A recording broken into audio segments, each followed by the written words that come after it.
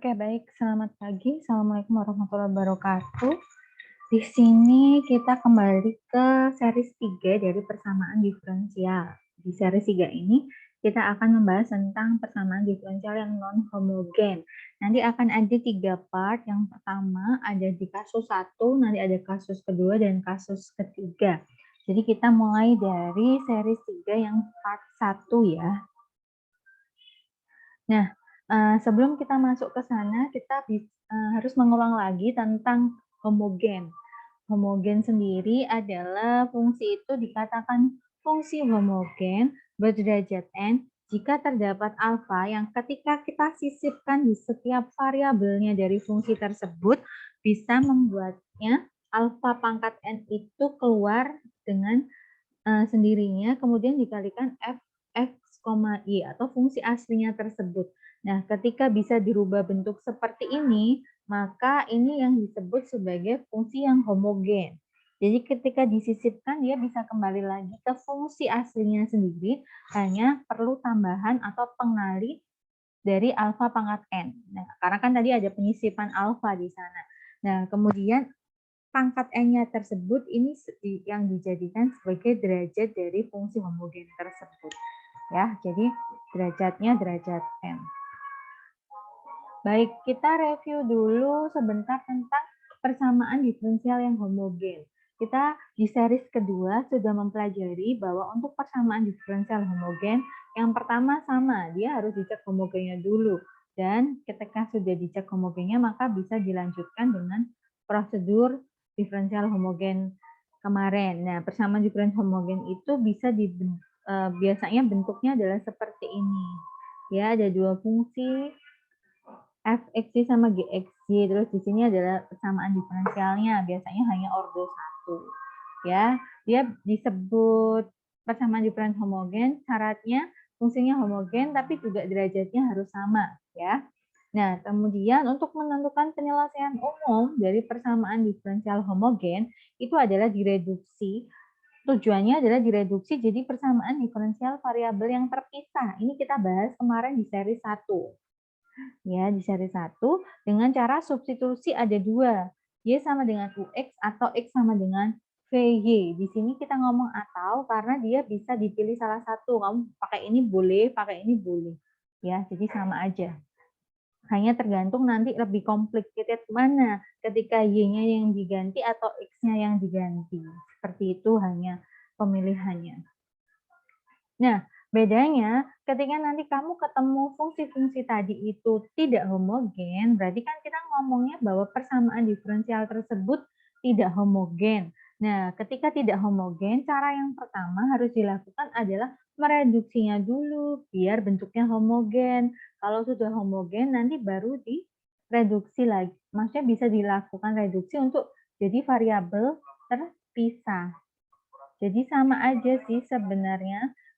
Dia itu tujuannya adalah untuk jadikan variabel terpisah karena yang bisa mengintegralkan adalah di persamaan diferensial variabel terpisah.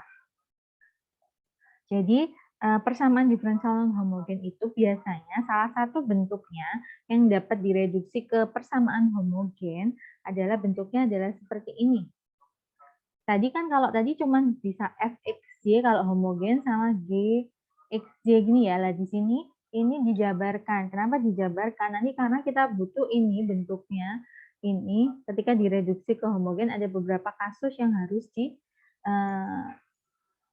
dilalui gitu kan. Kadang bisa jadi A-nya 0 atau Y-nya yang 0. Nah, seperti itu.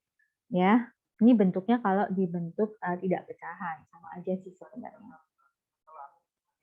Nah, proses mereduksi yang tadi tidak homogen ke homogen itu ada 3 kasus. Makanya nanti di seri 3 ini ada 3 part. Yang pertama adalah ketika D-nya sama dengan 0. Tadi kan saya tulis ya di sini ya. Tadi kita bentuknya persamaannya yang tidak homogen dan bisa dihomogenkan dengan cara direduksi adalah seperti ini. Sama ini PX ya tadi biar enggak PX Y sama R. PX plus QY, Y maaf, plus R ya. Di sini Kasus pertama ketika D-nya 0 dan R-nya 0. Nah, itu lebih gampang. Makanya dibilang kasus pertama kan kalau seperti ini X1, Y1 kan bisa jadi gampang menghomogenkannya.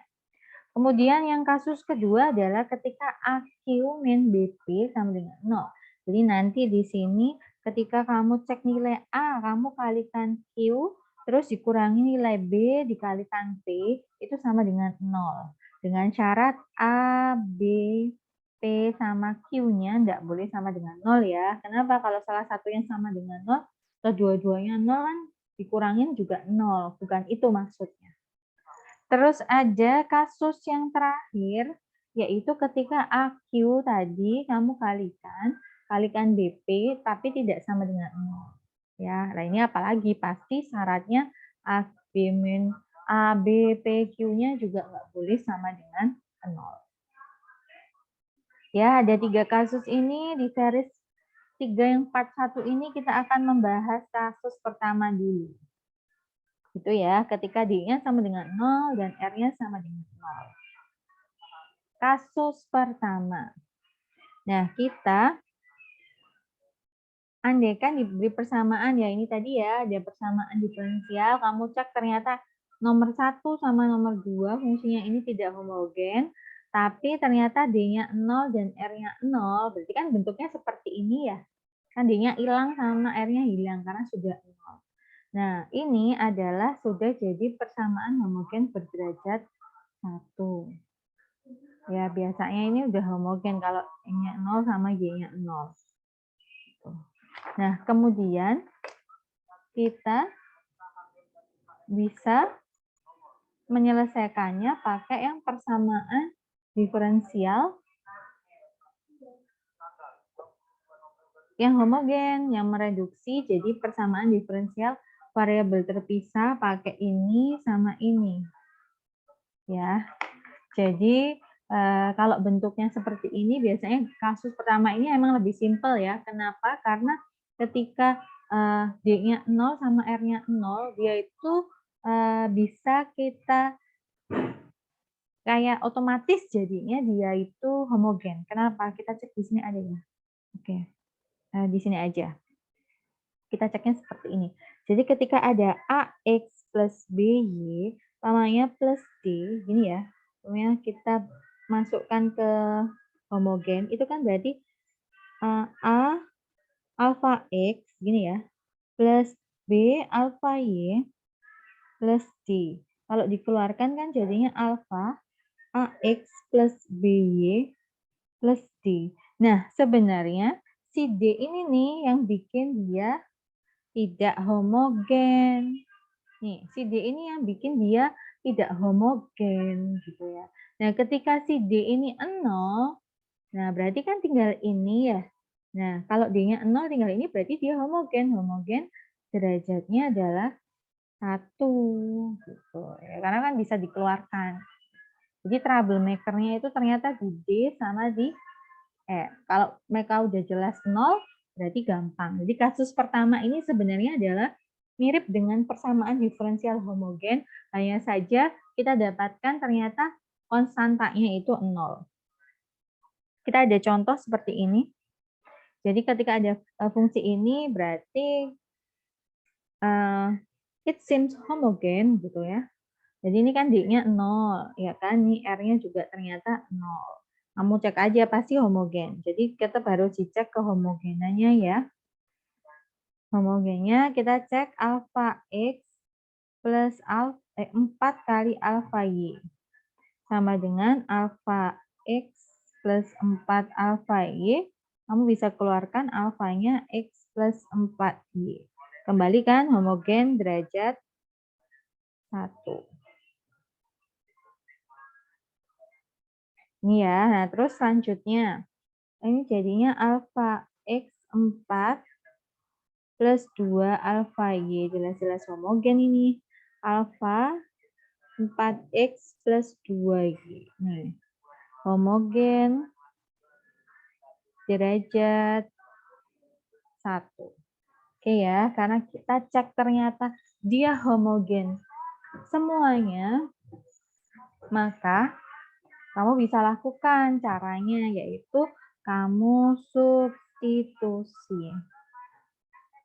Ini ya, substitusi. Nah, di sini kamu bisa pilih, di substitusinya kan ada dua ya kalau homogen.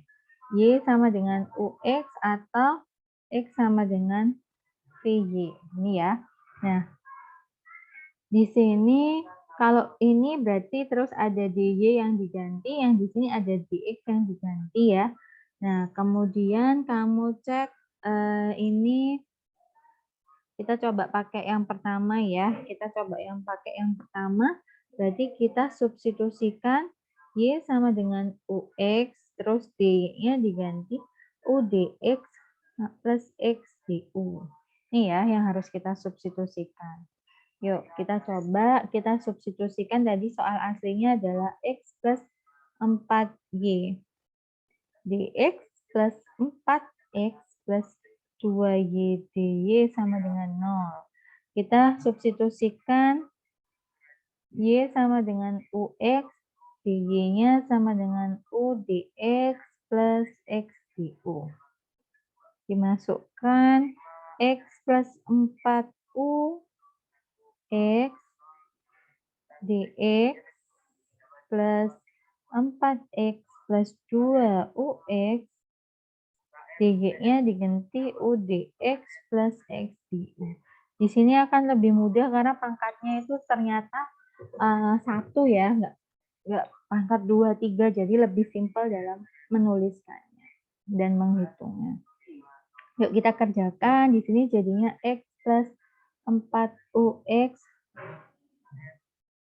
X-nya bisa dikeluarkan langsung ya, jadi kita akan bekerja lebih cepat lagi di sini. X-nya adalah 1 plus 4U dx. Kenapa? Tujuannya kita mau ngeluarin X sama ini. Ini ada X 4 plus 2U UDX plus X du sama dengan 0. Ya, kita bisa hilangkan X ini dengan cara apa? Bagi kedua ruas dengan X. Hasil akhirnya adalah 1 plus 4U dx plus 4 plus 2U UDX plus X du sama dengan 0. Ya, sampai sini berarti kamu harus distribusikan semuanya seperti ini. Ini ya. Ketemu adalah dx 1 ditambah 4UDX plus 4UDX plus 4XDU plus 2U kuadrat dx plus 2UXDU sama dengan 0. Nah, setelah sampai hal yang panjang ini, kamu harus cek mana yang bisa dikelompokkan sendiri-sendiri. Ini kita dapat ini. Dia sama 4U dx sama 4U dx bisa ditambahkan. Kemudian DU ini sama DU ini bisa ditambahkan. Saya kasih warna beda ya. Biru sama biru. Kemudian hijau sama hijau ini bisa. Ya. Hijau sama merah itu sama aja sih karena DX semua. Yuk kita kelompokkan dulu ya. Jadinya adalah 1 plus 2U kuadrat dx ditambah 8. Oh, kita langsung kelompokkan aja semuanya ini. Merah sama merah. Ini merah nggak jadi ya. Ini juga merah. Nah, ini langsung ditambahkan jadi 8U. Jadi 1 plus 8U plus 2U kuadrat terhadap dx ditambah 4x plus 2ux terhadap du sama dengan 0. Ini ya, nah ini bisa dikeluarkan yang sama itu berarti 1 plus 8u plus 2u kuadrat dx plus x dikeluarkan ya, jadinya 4 plus 2u du sama dengan 0. Nah, disinilah yang harus kita cek gimana caranya biar semuanya bisa terpisah variabelnya. Ya, berarti kita cari troublemaker-nya. Di sini untuk U troublemaker-nya adalah X. Buang X, bagi dengan X. Di X troublemaker-nya adalah semuanya tentang U ini. Berarti buang mereka semuanya dengan cara bagi dengan troublemaker-nya tadi. 1 plus 8U plus 2U kuadrat sama X kali ya. Oke, kita lanjutkan. Berarti tadi kita punya adalah 1 plus 8U plus 2U kuadrat dx ditambah X 4 plus 2U du sama dengan 0. Jadi kan kita bagi ini ya. Bagi 1 plus 8U plus 2U kuadrat kalikan X. Hasil akhirnya adalah 1 per X dx ditambah 4 plus 2U per 1 plus 8U plus 2U kuadrat du sama dengan 0. Ya, ini sudah terpisah variabelnya. Karena sudah terpisah variabelnya, maka kita bisa mengintegralkan. 4 plus 2U per 1 plus 8U plus 2U kuadrat du sama dengan 0. Oke ya, kita integralkan X gampang. Yang U kamu cek, kalau nggak bisa dasar berarti kamu buat dia pakai substitusi. Bisa nggak disubstitusikan? Bisa, ini troublemaker-nya ya. Kita misalkan M sama dengan 1 plus 8U plus 2U kuadrat. DM turunannya adalah 8 plus 4U. DU berarti sama dengan DM sama dengan 8 plus 4U DU. 8 plus 4U itu kamu harus cari hubungannya. Ini bisa nggak dihubungkan sama ini? Karena nanti dia harus habis membagi ini. Bisa dengan cara membuat dia jadi 2 kali 4 plus 2U. Itu kan sama. Ya. Jadi di sini kalau kita masukkan ke integral substitusinya berarti integral 4 plus 2U per M, DU-nya diganti DM per 2 kali 4 plus 2U. Ini ya. Nah, di sini 4 plus 2U-nya saling membagi ya, habis. Sisanya adalah integral 1 per M kali 2 DM. Nah, ini biar gampang setengahnya dikeluarkan. 1 per M DM. Jadi hasilnya adalah setengah ln dari M plus C. Ini ya. Nanti M-nya harus dikembalikan lagi ke ini hasil awalnya. Oke ya. Jadi kita masukkan ke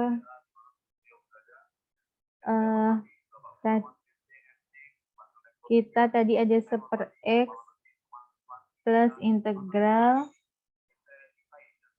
4 plus 2U per 1 plus 8U plus 2U kuadrat du adalah ini adalah ln X plus ln M. M-nya ini tadi setengah ya. Setengah ln M 1 plus 8U plus 2U kuadrat. Gitu ya. Nah, jangan lupa sebenarnya ini kan ada plus C1 sama C2 ya. Kita taruh aja di sini ya. C1 di sini plus C2 sama dengan 0. Ini ya. Jadinya dipindah ke sana. Kita punya ln X ditambah setengah ln 1 plus 8U plus 2U kuadrat sama dengan C, di mana C sama dengan C min C2 min C1. Ini ya. Nah, kemudian biar gampang kali 2 semua, biar setengahnya hilang, jadinya ketemunya 2 ln X plus ln 1 plus 8U plus 2U kuadrat sama dengan 2C. Ini ya. Oke, pakai sifat log. Jadinya adalah ln X pangkat 2 plus ln 1 plus 8U plus 2U kuadrat sama dengan ini, ln C, di mana ln C sama dengan 2C. Oke ya. Oke, nah sekarang karena sifat log lagi, sifat log yang penjumlahan itu akan jadinya ln X kuadrat 1 plus 8U plus 2U kuadrat sama dengan C. Maaf, ln C. Ln C. Nah, di sini karena sudah satu suku berarti kita bisa samakan ini sama ini ya.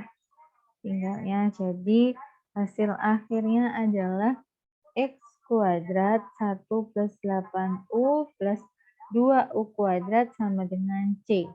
Nah, di sini ini masih penyelesaian khusus tapi harus substitusi balik dulu. Karena di situ masih ada U, di mana kita awalnya nggak ada variabel U. Kita adanya variabel X sama Y. Jadi kita memisalkan, jadi kita harus substitusi balik. Dari tadi kalau kita misalkan Y sama dengan UX, berarti kalau mau cari U, berarti Y per X. Ini ya. Oke, berarti kita masukkan X kuadrat 1 plus 8 kali Y per X plus 2 kali Y per X kuadrat sama dengan C. Ya. Nah, di sini kamu cek, bisa nggak kita manipulasi biar bentuknya lebih cantik? Bisa.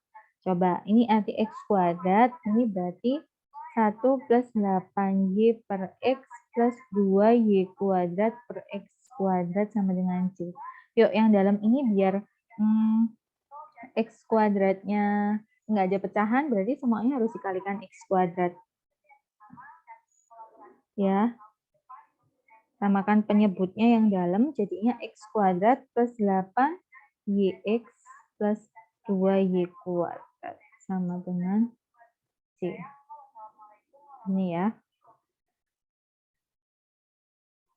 Nah, kemudian kamu bisa lakukan begini, begini, begini. Jadinya adalah X pangkat 4 plus 8YX pangkat 3 plus 2Y kuadrat X kuadrat sama dengan C. Nah, di sini bisa lebih, sebenarnya nggak terlalu simpel, tapi lebih gampang dilihat karena dia bentuknya nggak ada pecahan-pecahannya lagi. Gitu ya. Oke, baik. Ini adalah penyelesaian khususnya. Oke, baik. Terima kasih. Itu adalah contoh untuk yang kasus pertama dari persamaan diferensial yang non homogen. Yang ternyata malah sangat simpel karena dia adalah persamaan diferensial homogen dengan derajat kehomogenannya itu fungsi homogennya derajat 1. Jadi dia gampang banget untuk dikerjakan. Ya. Baik, selamat belajar. Sampai ketemu lagi di series ketiga yang untuk part 2. Assalamualaikum warahmatullahi wabarakatuh.